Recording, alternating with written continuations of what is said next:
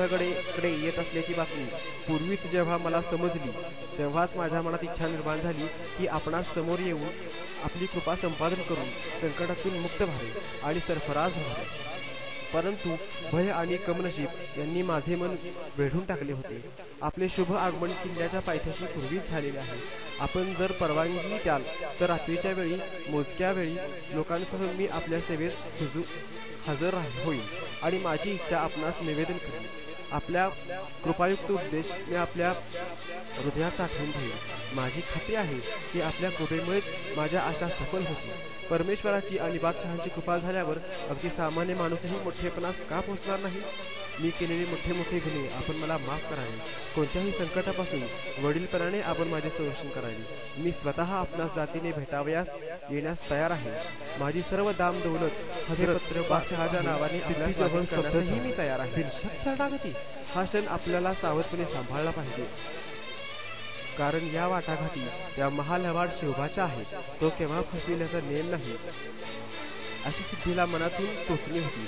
पण महाराजांचे ते स्पष्ट पत्र वाचून जौहर स्तब्ध झाला. शिवाजी आणि त्याची सर्व बळकावलेली दौलत आपल्या स्वाधीन करणार आहे.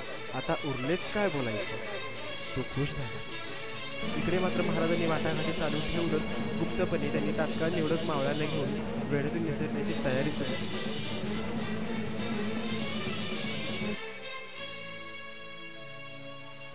दोन हेराची निवड करण्यात आली. ते हेर अगदी गुपचूप गडातून बाहेर पडले. ते मगरीच्या जबड्यात शिरून तिच्या दातात काही फटी आहेत का हे शोधण्या इतकेच ते काम सोपे होते. आणि ही कामगिरी त्या मर्दांनी उचलली. कुठून फाडकन गोळी सुटेल, कुठून सरकन सुई करीत एखादा बाण सुटेल याचा नेम नव्हता. आणि यातच त्यांना वाट शोधायची होती. आणि केवढी कौतुकाची गोष्ट, आनंदाची गोष्ट, आश्चर्याची गोष्ट. ते हे काम प्रत्येक करून गडावर आले.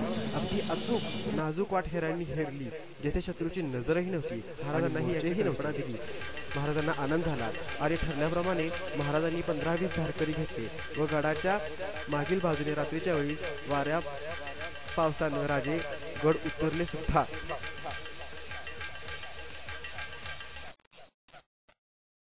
महाराज येतात मावळे पुढे आले. पन्हाळगडापासून विशाळगड 20 कोस लांब होता. त्यातही महाराजांना पालखीत पळवीत न्यायचे असे ठरले होते.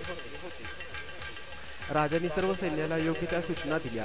नंतर महाराज पण कोण होता तो मर्द, कोण होता तो महाराजांसारखा दिसणारा? तो होता शिवा काशी, महाराजांचा सेवक. त्यांचाही पोशाख महाराजांसारखाच केलेला होता. गडावरून निघतानाच सर्व साजशृंगार त्याने केला होता.